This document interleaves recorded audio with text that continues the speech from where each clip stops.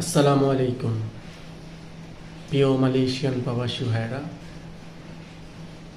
আশা করি সবাই ভালো আছেন, সুস্থ আছেন। যে যেখান থেকে আজকের ভিডিও দেখতেছেন সবাইকে জানাই আন্তরিক শুভেচ্ছা ও অভিনন্দন। প্রিয় প্রবাসী মালয়েশিয়া ভাইরা, আপনারা অলরেডি অবগত আছেন 2023 সালে এবং 22 সালে যে কলিং চালু হয়েছে, এই কলিংয়ে বাংলাদেশ থেকে প্রায় 17 থেকে 18 হাজার কর্মী, তাদের কাগজপত্র অনেকের ঠিক হয়ে গেছে, মেডিকেল হয়ে গেছে, অ্যাপ্রুভাল লেটার বের হয়ে গেছে, অনেকের কলিং চলেও গেছে বাংলাদেশে। কিন্তু সময়ের অভাবে যারা মালয়েশিয়াতে আসতে পারে নাই, যে কলিংয়ের একটা নির্দিষ্ট সময় ছিল, এই সময়ের মধ্যে অনেক প্রিয় প্রবাসী বাংলাদেশি ভাইরা মালয়েশিয়াতে আসতে পারে নাই। সেই প্রবাসী বাংলাদেশি ভাইয়েরা অলরেডি এই বিষয়ে আমরা একটা হাই কমিশন থেকে একটা আপডেট তথ্য দিয়েছিলাম আপনাদেরকে, আপনারা অলরেডি অবগত আছেন। সেই সাথে সাথে হাই কমিশন থেকে বলা হয়েছিল যে ইনশাল্লাহ 2025 সালের মার্চ অথবা এপ্রিলের মধ্যে মালয়েশিয়া যত মনের আত্মতৃপ্তি পাবে। কারণ কি, অনেকেই কিন্তু এখানে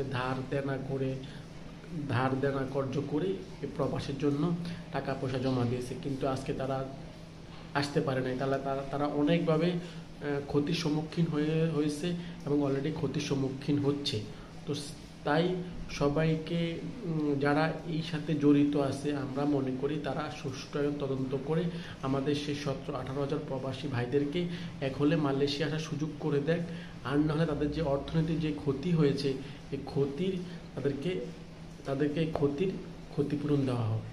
তো অবশ্যই আপনারা সবাই ভালো থাকবেন, সুস্থ থাকবেন, এবং আমরা সবসময় প্রবাসীদের সাথে থাকি, প্রবাসীদের পাশে আছি। আমরা প্রবাসী বান্ধব, প্রবাসীদেরকে নিয়ে কাজ করি।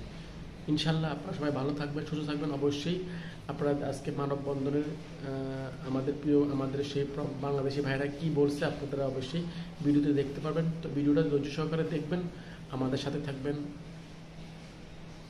ওকে, আসসালামু আলাইকুম। শক্তিশালী এদেশের সিন্ডিকেটকে এত শক্তিশালী কোন সরকার এই দেশের সিন্ডিকেটের বিরুদ্ধে কি যেতে পারে না? ফেরত চাই, নয়তো আমাদের নির্দিষ্ট একটা ডেট দিয়ে এই মিডিয়া কর্মীর সামনে সরকার আমাদের আশ্বাস করবে যে আমাদের এই ডেটে এই তারিখে আমাদের বিদেশ নেবে, ক্ষতিপূরণ সহ বিনামূল্যে আমাদের বিদেশ। দালাল চক্রের মধ্যে আমরা থাকতে চাই না। আমরা এই দালালদের হাত থেকে মুক্তি চাই, আমরা এই সিন্ডিকেটের হাত থেকে মুক্তি চাই। আমাদের দাবি আদায় না হওয়া পর্যন্ত আমরা প্রয়োজনে রাস্তায় জীবন দিব, তাও আমরা বাড়ি ফিরবো না। আমরা আমাদের দায় হবে, আমরা বাড়ি ফিরবো, এই দাবি নিয়ে আমরা আসছি। আমি আমাদের প্রধান উপদেষ্টা ডক্টর মোহাম্মদ ইউনূস সাহেবের কাছে বলতে চাই, আপনি আমাদের দিকে দেখেন, আপনি আমাদের দৃষ্টি আকর্ষণ করেন, আমাদের বিদেশ নেওয়ার ব্যবস্থা করেন, নয়তো আমাদের টাকা। কথা বলতে চাই, আমরা আমাদের দাবি আদায় না হওয়া পর্যন্ত আমরা এই জায়গা থেকে যাব না।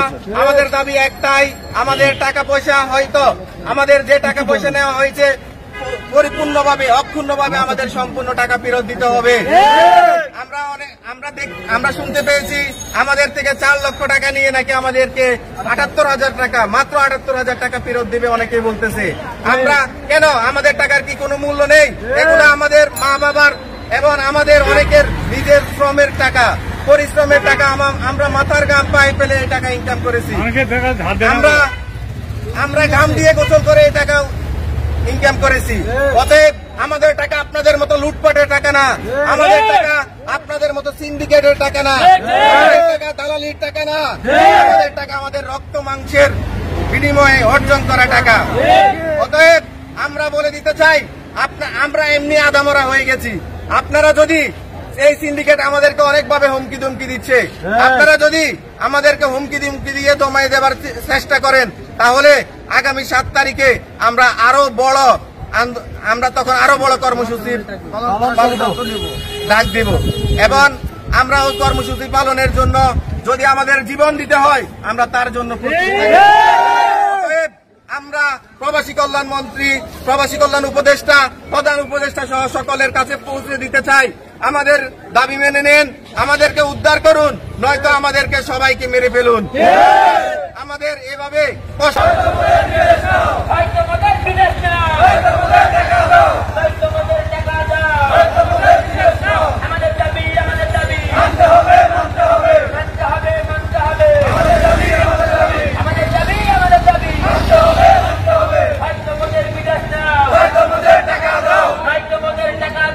ফেরত অথবা তাদেরকে যে কোনোভাবে হোক মালয়েশিয়া কোম্পানি বিষয় নিয়ে যাওয়ার ব্যবস্থা করতে হবে, অন্যথায় তারা কঠোরভাবে আন্দোলনের ডাক দিবে।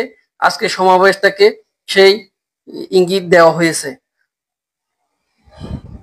তো তাদের অভিযোগ, তাদেরকে অনেকদিন ধরে প্রবাসী কল্যাণ মন্ত্রণালয় থেকে আশ্বস্ত করা হচ্ছিল তাদেরকে দ্রুত সময়ের মধ্যে মালয়েশিয়া পাঠানোর ব্যবস্থা করবে, কিন্তু তাদের এখনো কোনো অগ্রগতি না থাকার কারণে, সময় ক্ষেপণ করার কারণে তারা আবারও মানববন্ধন করে সরকারকে হুঁশিয়ার দিয়ে দিছে প্রবাসী কল্যাণ মন্ত্রণালয়ের সামনে, এবং তারা দ্রুত সময়ের মধ্যে এটির সমাধান চায়।